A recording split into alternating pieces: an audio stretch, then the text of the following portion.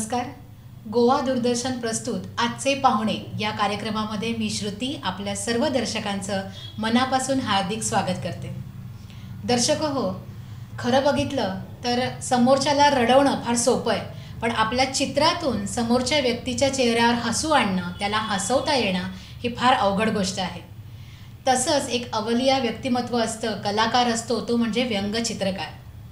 चित्रकारांचेही अनेक प्रकार आहेत. तैलचित्र काढणारे आहेत, पोर्ट्रेट पेंटिंग करणारे आहेत. तसंच एक प्रकार आहे व्यंगचित्र काढणं, ज्या चित्रातून काहीतरी विरोधाभास दाखवून, काहीतरी मिश्किल पद्धतीने सत्यता मांडूनसुद्धा समोरच्याला हसवता येतं. तर असंच व्यंगचित्रकार आपल्याबरोबर आज इथे उपस्थित आहेत. महाराष्ट्रातील सुप्रसिद्ध व्यंगचित्रकार श्री विवेकजी मेहत्रे सर. नमस्कार. नमस्कार. आपलं खूप खूप स्वागत आहे. धन्यवाद. विवेकजींबद्दल सांगायचं झालं तर विवेकजी हे अतिशय बहुआयामी असं व्यक्तिमत्व. ते एक उत्कृष्ट व्यंगचित्रकार आहेच. त्यांनी इंजिनिअरिंग केलेलं आहे. ME ही पदवी त्यांनी संपादन केली.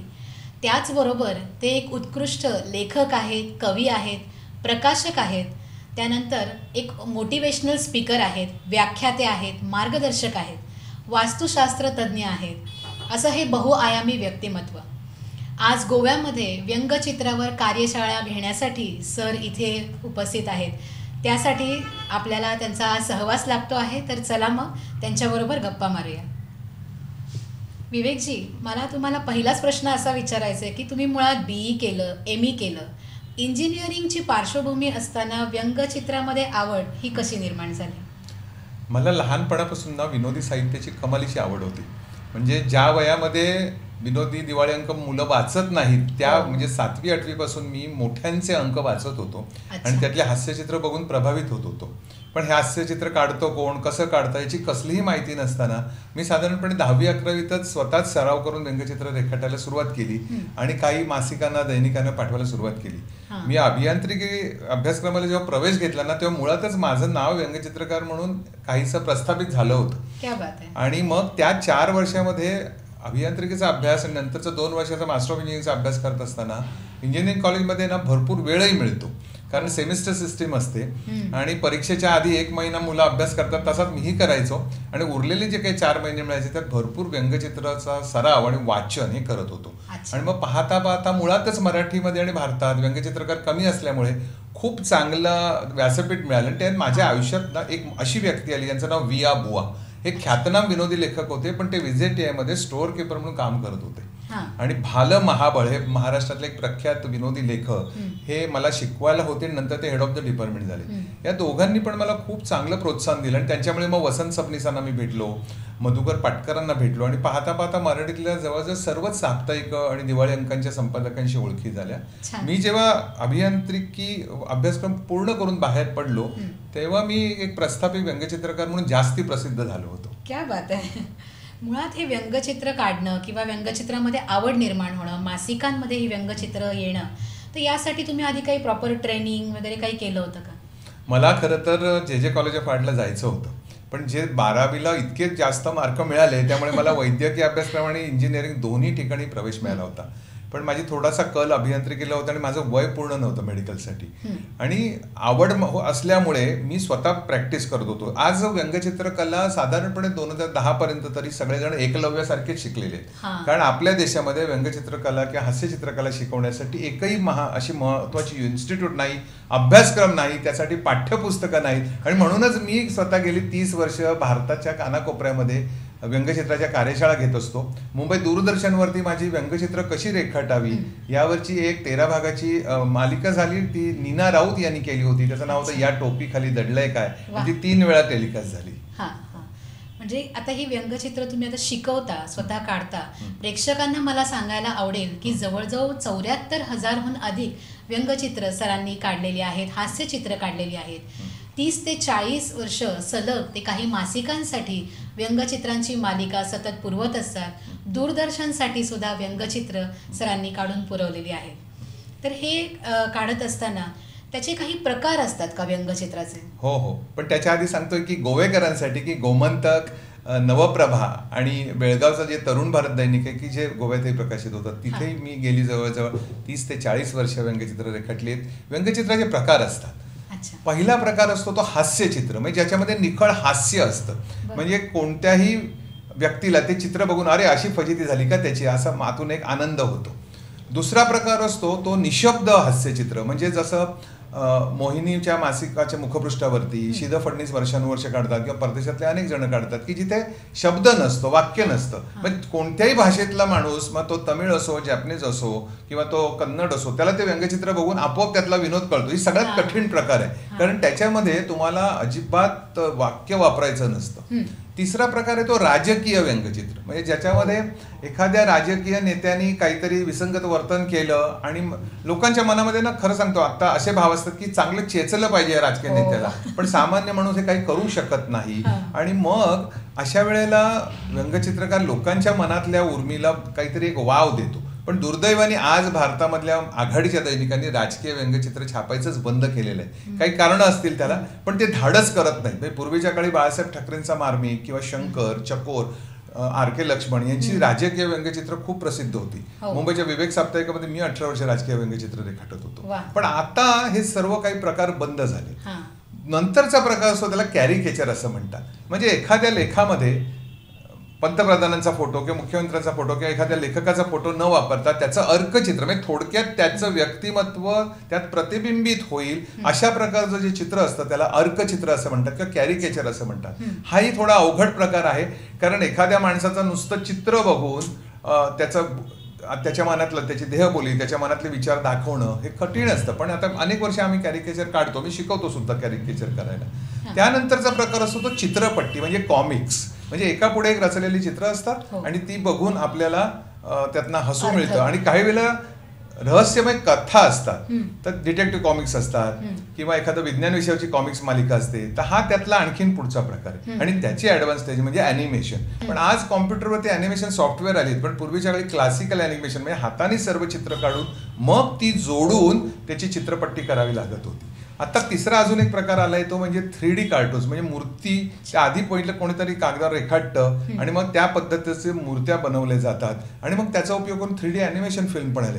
तुम्हाला सांगतो व्यंगचित्र हे माध्यम इतकं आहे, जीवनाचा अविभाज्य भाग आहे. मी एका कार्यशाळेमध्ये मुलांना सांगितलं की तुम्ही व्यंगचित्र सकाळी उठल्यापासून रात्री झोपेपर्यंत किती ठिकाणी बघता आणि तुम्ही यादी करा.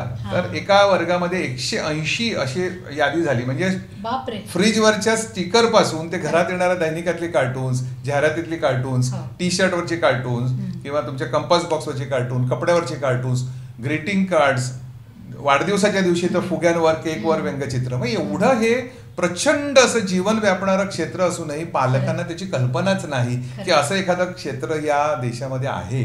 ज्या देशाची लोकसंख्या आज 138 कोटी आहे असं म्हटलं जातं, त्या देशामध्ये व्यावसायिक व्यंगचित्रकार 107 सुद्धा नाहीत. आणि जपान सारखा छोटा देश आहे, तिथे 24,000 महिला व्यंगचित्रकार आणि अॅनिमेटर्स आहेत. काय सांगता, बापरे. आता हा तुम्ही जो संदर्भ दिला की एखाद्या सामान्य माणसाला वाटतं राजकीय व्यंगचित्र पाहून की हे माझ्याच मनातले विचार आहेत आणि यांनी हे चित्रित केले आणि ते विचार पाहून किंवा ते चित्र पाहून त्यांना हसू फुटतं. तर तुम्हाला अशी कधी प्रतिक्रिया याच्यावर मिळाली का? क्या बात आहे, काय तुम्ही चित्र काढलंय? म्हणजे 2 प्रतिक्रिया मी सांगतो. त्यातली पहिली प्रतिक्रिया ही बाळासाहेब ठाकरेंकडून माझ्या चित्राला आली आणि त्यांनी संपादक माधव गडकरी, जे एकेकाळी गोमंतकचे संपादक होते, ते नंतर मुंबई सकाळचे संपादक झाले.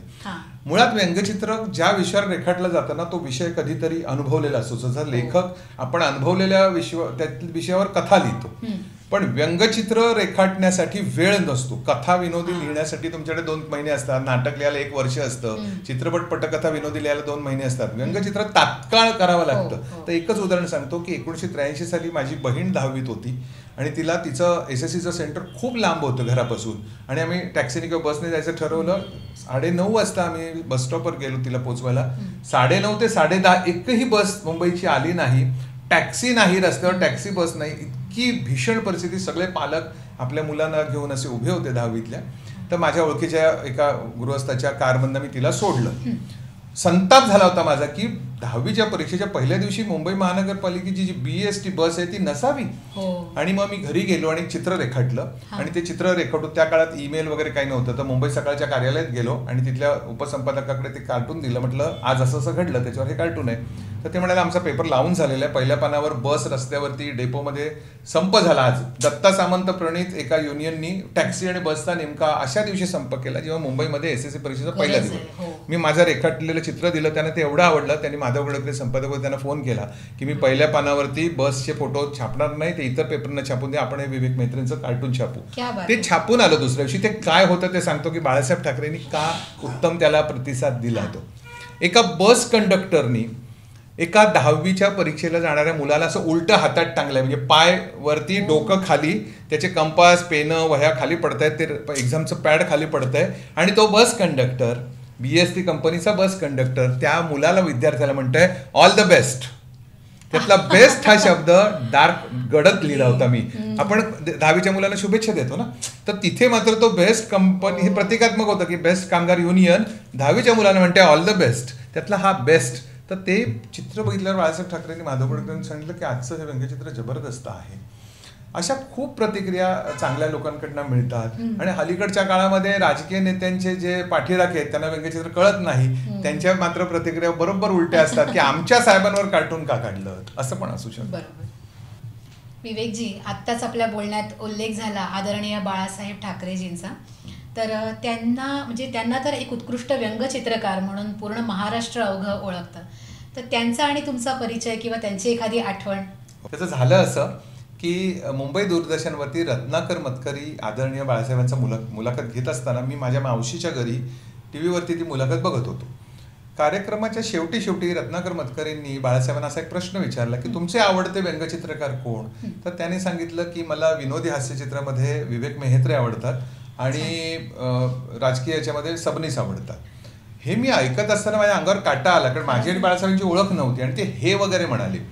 त्यानंतर जवळजवळ 6 महिन्यांनी मुंबईतल्या पार्ला इथे मी काही कामासाठी एका संस्थेच्या कार्यक्रमाला गेलो होतो. तर तिथे पहिल्या मजल्यावरती लोकमान्य सेवा संघामध्ये एक प्रदर्शन होतं आणि त्या प्रदर्शनाला बाळासाहेब आले होते. तर तिथल्या एक महिला कार्यकर्त्या होत्या. त्या म्हणाले तुम्ही बाळासाहेबांना ओळखता का. म्हटलं नावाने माहिती आहे चला मी ओळख करून देते. तर त्या मला घेऊन गेल्या. बाळासाहेबांचं चित्रकला प्रदर्शन असं बघत होते तेवढ्यात त्या बाई तिथे मध्येच गेल्या आणि त्यांना म्हणाले की बाळासाहेब मी एक ओळख करून देते. एक व्यंगचित्रकारांना घेऊन आले. व्यंगचित्रकार म्हटलं तर बाळासाहेब अतिशय त्यांचा तो आवडीचा विषय घरकन वळले आणि मग म्हणाले हे बघा हे व्यंगचित्रकार त्यांचं नाव आहे विवेक मेहत्रे. तसं बाळासाहेबांनी असं चष्म्याला हात लावला आणि त्या बाईंना म्हणाले का थट्टा चालवली माझी का तुम्ही हे विवेक मेहत्रे. आणि मला म्हणाले काय रे तू काय करतोस कारण मी पोरसा होता मी फक्त 21 वर्षाचा विद्यार्थी होतो. त्यामुळे तुझं नाव काय म्हटलं विवेक मेहत्रे. विवेक मेहत्रे मग ते कार्टून विवेक मेहत्रे येते तर म्हटलं मीच. अरे काय म्हणतो मला वाटलं कोणीतरी 25-50 वर्षाचा माणूस असेल त्या चित्रातली मॅच्युरिटी बघून. मला म्हणाले उद्याच तू मातोश्रीवर ये आणि मला भेट. आणि मग त्यानंतर मी बाळासाहेबकडे जात राहिलो त्यांचं मार्गदर्शन उत्तम मिळालं. मग मी त्यांना सहज एकदा म्हटलं की तुम्ही जसं मला ओळखलं नाही तसं तुम्ही महाराष्ट्रातल्या किती व्यंगचित्रकारांना ओळखता. तर म्हणाले नाही मी फक्त शिद फडणीसांना ओळखतो आणि मी एकदा हरिश्चंद्र लचकेंना भेटलोय. तर मग मी म्हटलं आपण असं करूया का की सर्व व्यंगचित्रकारांना एकत्र आणूया. त्यामुळे खूप छान सेना भवनातच आपण मिटिंग ठेवू. पण पत्ते कुठे तेव्हा गुगल नव्हतं मोबाईल नव्हतं. मग महाराष्ट्रातल्या महत्वाच्या दैनिक दिवाळी अंकाच्या संपादकांकडनं मी सगळ्या व्यंगचित्रकारांचे घरचे पत्ते घेतले. त्यांना पत्र पाठवली. एक विशिष्ट दिवस ठरवला जानेवारी मधला आणि मग मुंबईतल्या सेना भवनामध्ये जवळजवळ 36 व्यंगचित्रकार जे महाराष्ट्राच्या कानाकोपऱ्यात होते ते एकत्र आले आणि त्यातनं मग पुढे जाऊन बाळासाहेब ठाकरे मी आणि वसंत हळबे सुरेश क्षीरसागर या चौघांनी मिळून अशी कल्पना काढली की आपली एक संघटना असली पाहिजे. त्या संघटनेला बाळासाहेब ठाकरेंनी आशीर्वाद तर दिलेच पण त्यांनी प्रोत्साहन दिलं. त्या संघटनेचं नाव ठेवलं कार्टूनिस्ट कंबाईन. 2018 मध्ये झालेल्या अखिल भारतीय व्यंगचित्रकार संमेलनाचा मी जेव्हा अध्यक्ष होतो तेव्हा मी त्या 2 वर्षी त्या संघटनेचा सुद्धा अध्यक्ष होतो. बाकी अन्य वर्ष मी त्या संघटनेचं काम करत होतो. म्हणजे त्यांच्याही कानापर्यंत तुमचं नाव तुमचं कार्य हे गेलेलं होतं. मी त्यांचा आवडता कार्टूनिस्ट होतो. हो आणि एका प्रसिद्ध व्यंगचित्रकाराकडून अशी मिळणारी दाद ही खरंच अविस्मरणीय. आता हे व्यंगचित्रांचं तुमचं प्रवास चालू असतानाच एकपात्रीयाचं सादरीकरण करावं असं मनात का आलं. काय झालं व्यंगचित्र या विषयाबद्दल लोकांच्या मनामध्ये ना चित्र बघतात पण त्याची निर्मितीची प्रक्रिया लोकांना माहिती नसते वाचकांना माहिती नसते. आणि उत्सुकता असते. तर काय झालं की जवळजवळ आजपासून 34 वर्षांपूर्वी एका शाळेमध्ये मुंबईतल्या मला प्रमुख पाहुणे म्हणून बोलवलं आणि ते म्हणाले की तुम्ही व्यंगचित्र रेखाटाल का इथे. तर मी स्टेजवर 2-3 किस्से सांगितले. तर ते एका तिथल्या शिक्षकांनी बघितलं आणि ते म्हणाले तुम्ही आमच्या इथे एक व्याख्यानमाला आहे तिथे येऊन हाच कार्यक्रम कराल का.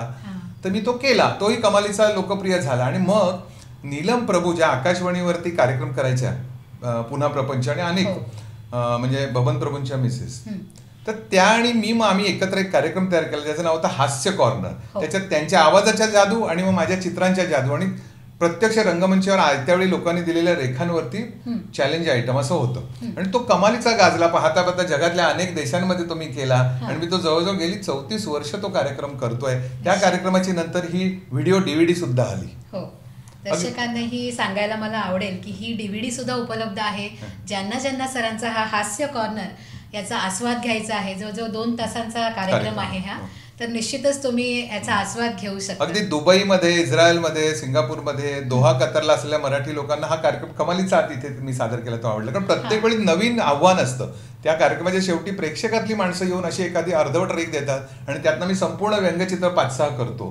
आणि हा खूप धाडसाचा प्रकार आहे की आयत्या वेळी सुचणं. मुळातच व्यंगचित्र निर्मिती ही तातडीने करावी लागते. आज घडलं तर 5 महिन्यांनी त्याच्यावर कार्टून काही काढून उपयोग नाही. आणि हा व्यंगचित्राचं वैशिष्ट्य असं की या व्यंगचित्रातून तुम्ही हसवता आणि प्रबोधनही करता, काहीतरी एक विचार त्यांच्या मनात सोडता, काहीतरी एक जी दुःख असतं किंवा एक काहीतरी वैषम्य असतं तेही दाखवता. हा एक चांगला टिपकागतच आहे. म्हणजे आपल्या आयुष्यातल्या दुःखापासून दूर जाणारी एक स्मितरेषा लोकांच्या आणि वाचकांच्या मनामध्ये उमटवण्याचं भाग्य हे आम्हाला मिळालं आणि ते परमेश्वराची कृपा आहे. कारण आज रडवणं सोपं आहे पण हसणं नाही. दुसरी गोष्ट म्हणजे माणूस एकटा असताना रडू शकतो पण एकटा असताना समोर माणसं नसताना हसू शकत नाही. पण व्यंगचित्र बघणारा माणूस समोर कोणी नसलं ना तरी बघता बघता खुदकन हसू शकतो. खरं. आणि ते कमालीचं वैशिष्ट्य तुमच्याकडे आहे. आणि गेली अनेक वर्ष, आता जवळजवळ 30 ते 35 वर्ष तुम्ही एक प्रकाशनाच्याही क्षेत्रामध्ये पाऊल तुमचं टाकलेलं आहे. आणि तुमचं उद्वेग नावाची संस्था आहे प्रकाशनाची. तर मुळात उद्वेग हे या प्रकाशन संस्थेला नाव का ठेवावं असं वाटलं? आमच्या प्रकाशन संस्थेचं नाव आहे उद्वेली बुक्स. ही जेव्हा 30 वर्षापूर्वी प्रकाशन संस्था निर्माण केली तेव्हा गुगल नव्हतं. त्यामुळे असं आम्ही नाव निवडायचं ठरवलं. विवेक प्रकाशन तर ते प्रभादेवीला आहे, गमभवन प्रकाशन पुण्याला आहे, हळक्षज्ञ प्रकाशन आहे, मग कुठे विनोद प्रकाशन, राजश्री प्रकाशन, सगळे शब्द घेतले की कोणीतरी मला सांगायचं नाही या नावाची प्रकाशन संस्था असेल. म्हटलं दुसऱ्याचं नाव घेऊन मला प्रकाशन संस्था नाही सुरू करायची. मग आपण म्हटलं आपण एक कॉइन करूया. मग माझ्या पत्नीचं नाव आहे वैशाली, तर त्यातला ली घेतला, विवेक मधला वे घेतला आणि माझ्या मुलाचं नाव उद्गम आहे. उद्गम म्हणजे सोर्स. तर उद्वेली असं ते नाव घेतलं. कोणी म्हणतं असं वर जाणारी वेल आहे का? परमेश्वराच्या आशीर्वादाने ती तशी ठरली. 570 पुस्तकांची निर्मिती, जवळजवळ 150हून अधिक ई बुक्सची निर्मिती. आज आम्ही किंडलवर आहोत, अमेझॉनवर आहोत आणि जगातल्या विविध देशांमध्ये आमची पुस्तकं ही वाचली जातात. आणि आम्ही लोकांना प्रोत्साहन देतो की तुम्ही पुस्तकं लिहिताना तर ते प्रकाशित करा. ती आज जर लोक वाचत नसतील तर ती ई बुक्स रूपात असून द्या, म्हणजे लोक मोबाईलवर वाचतील.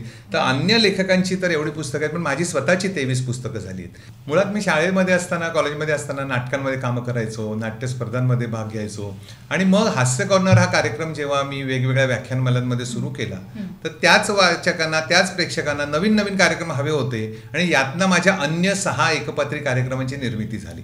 सुनीता विल्यम जेव्हा भारतामध्ये आल्या होत्या तेव्हा त्यांना भेटलो. मग त्यांच्या लोकांना ग्लॅमर माहिती होतं पण त्या किती कष्टसाध्य यश त्यांनी मिळवलं एक मुलगी असून. म्हणून मी प्रेरणादायी अंतराळ यात्री सुनीता विल्यम्स हा कार्यक्रम चालू केला. मुंबई दूरदर्शनवरती मी जवळजवळ 14 वर्ष आणि IBN लोकमतवर अनेक यशस्वी माणसांच्या मुलाखती घेतल्या. मग त्यातून मी चला यशस्वी होऊया हा एकपात्री कार्यक्रम सुरू केला.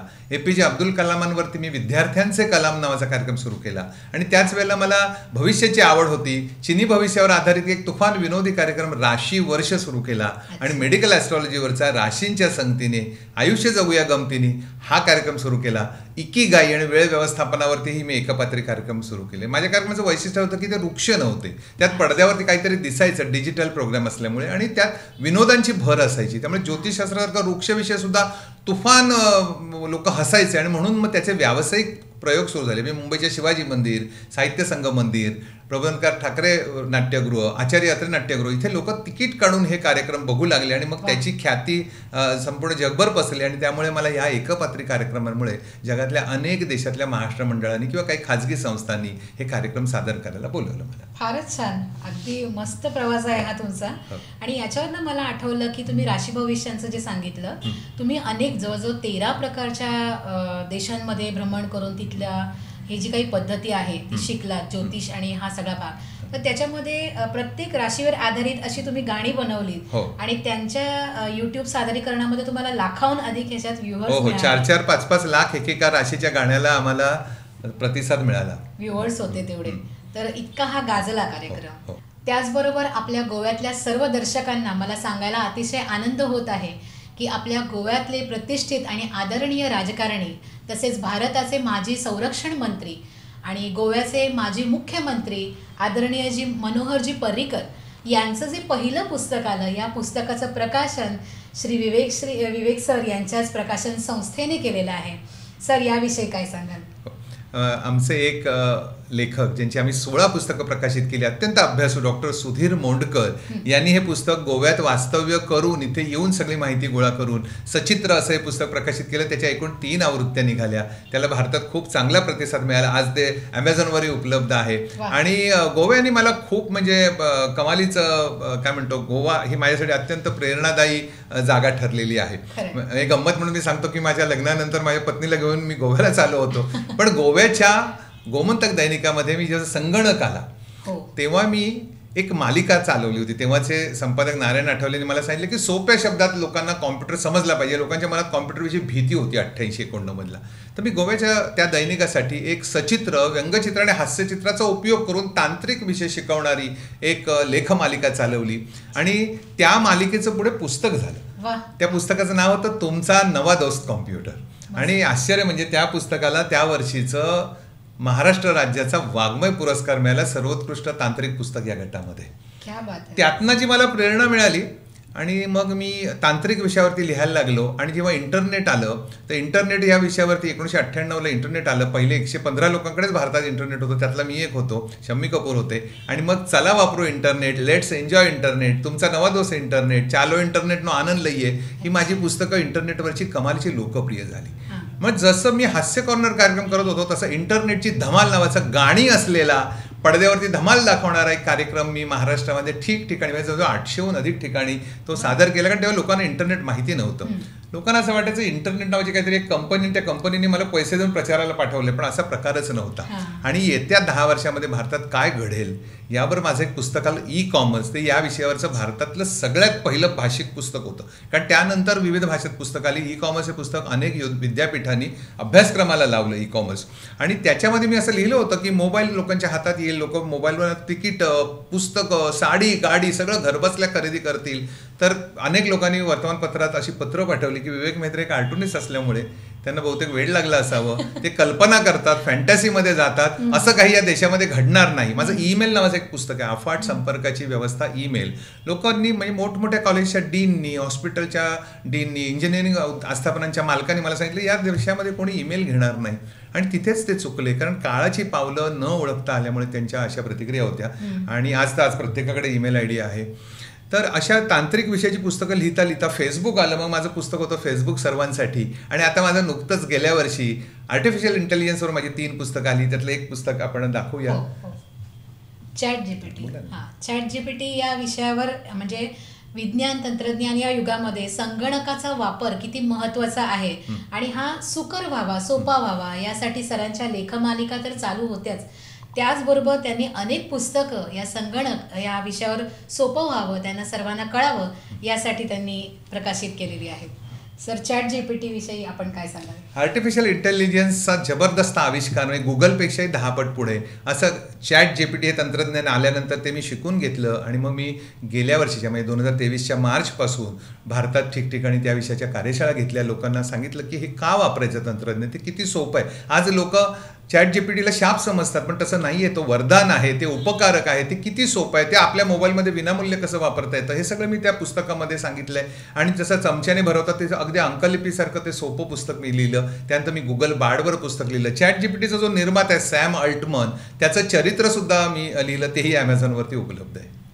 फारच सुंदर असा सगळा तुमचा प्रवास आहे आणि तुमच्याविषयी विविधांगी हे सगळं ज्ञान आज दर्शकांना मिळत आहे. पण ह्या सगळ्या प्रवासामध्ये माझी पत्नी जी आहे ती पण इंजिनियर आहे, प्रकाशिका आहे. आणि मी असं अनेक देशात अनेक राज्यात फिरत असल्यामुळे आमची जी बॅकएंड असतं म्हणजे प्रत्यक्ष प्रकाशन व्यवसाय आणि त्याची सगळी जबाबदारी तिने उचलल्यामुळे आज आमची 570 पुस्तकं होऊ शकली.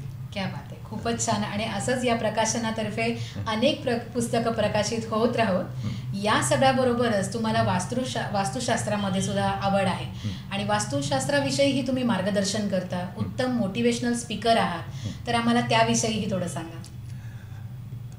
काय झालं, मी जगातल्या 13 ज्योतिष पद्धतींचा अभ्यास केला. पण काही वेळेला अशा काही अतर्क्य घटना घडतात की ह्या का घडल्या याचं तुमच्या कुंडलीमध्ये उत्तर नसतं, की काही वेळेला एखाद्या व्यक्तीकडे जन्मपत्रिकाच नसते. तर त्यावेळेला असं लक्षात आलं की वास्तुदोष निश्चित आहे. मग मी वास्तुशास्त्राचा खूप अभ्यास केला आणि मग मी व्यवसाय म्हणून वास्तुशास्त्र म्हणून काम करत नाही, पण तुमच्यासारखे जे आमचे काही सुहृद आहेत, मित्र आहेत, स्नेही आहेत, तर त्यांना त्यांच्या दैनंदिन जीवनात अडचणी येऊ नयेत म्हणून काही सल्ले मी देतो. आणि मग त्यानंतर असं लक्षात आलं की वास्तुशास्त्र हे खूप प्राचीन शास्त्र आहे, ते मानवानेच बनवले, माणसासाठीच बनवले. आणि मग मी त्याचा अभ्यास केला आणि त्याच वेळेला अन्य ज्योतिष पद्धतीचा सुद्धा मी अभ्यास केला. असं लक्षात आलं की नाही, भारतीय ज्योतिष पद्धत हीच सर्वश्रेष्ठ आहे, कारण तिथे ते अगदी बारकाईने विचार केला जातो गोचरीच्या ग्रहांच्या भ्रमणाचा. तसा अन्यत्र नाही. म्हणजे इंग्रजीमध्ये 11 मार्च ते 11 एप्रिल, 11 एप्रिल ते 15 एप्रिल ते 15 मे असं सगळ्यांना सरसकट एकाच पारड्यामध्ये सन साईननुसार मोजलं जातं. तसं आपण भारतीय पद्धतीत करत नाही. आणि मग हे सगळं करत असताना मी समाजामध्ये ना अशी खचलेली माणसं पाहायला लागलो की प्रचंड क्षमता त्या माणसांकडे आहे आणि आत्मविश्वास नसल्यामुळे माणसं आयुष्यामध्ये खचतात, आत्महत्या करतात. आणि हे होऊ नये म्हणून चला यशस्वी होऊ या कार्यक्रम तर मी 18 वर्ष करतोच होतो. पण मला असं लक्षात आलं की एवढ्याने भागणार नाही म्हणून मी ठिकठिकाणी कार्यशाळा घ्यायला लागलो. त्यातनं मी मोटिवेशन कोच म्हणून प्रसिद्ध झालो. 3 भाषांमध्ये मी घेतो, हिंदी, इंग्रजी, मराठी. यशविवेक नावाची माझी 2 दिवसाची कार्यशाळा करून आज 3000हून अधिक लोकांच्या आयुष्यामध्ये एक सकारात्मक परिवर्तन करण्याची संधी मला मिळाली. जर एखाद्या माणसाच्या मनात इच्छा असेल ना, तर मार्ग जर कोणी दाखवला ना, तर तो माणूस तिथपर्यंत पोहोचतो. आज काय झालं, मोहमयी आकर्षण इतके आजूबाजूला आहेत की माणसं अशी भरकटतात. तरुण पिढी तर आज इतकी लगेच भरकटली जाते की त्यांना ध्येय नाही. कारण आपली शालेय शिक्षण पद्धती ध्येय कसं ठरवायचं हे न सांगितल्यामुळे मुलं किंवा मोठी माणसं स्वप्न बघतात आणि स्वप्न कधीही पूर्ण होत नाही, ध्येय मात्र पूर्ण होतात. तर स्वप्नांचं रूपांतर ध्येयात कसं करावं हे मी माझ्या कार्यशाळेत शिकवायला लागलो. मग झालं असं की माझ्या या कार्यशाळेमध्ये प्रभावित झालेली मंडळी पुन्हा त्याच कार्यशाळेला कशी येतील म्हणून मग मी त्यांच्यासाठी यशविवेक प्लस नावाचा 12 भागांचा आणखीन एक नवा अभ्यासक्रम आणला. मग त्यातनंच मग मी टॅरो शिकवायला लागलो, स्पीड रिडिंग शिकवायला लागलो. कारण मी स्वतः खूप वाचतो.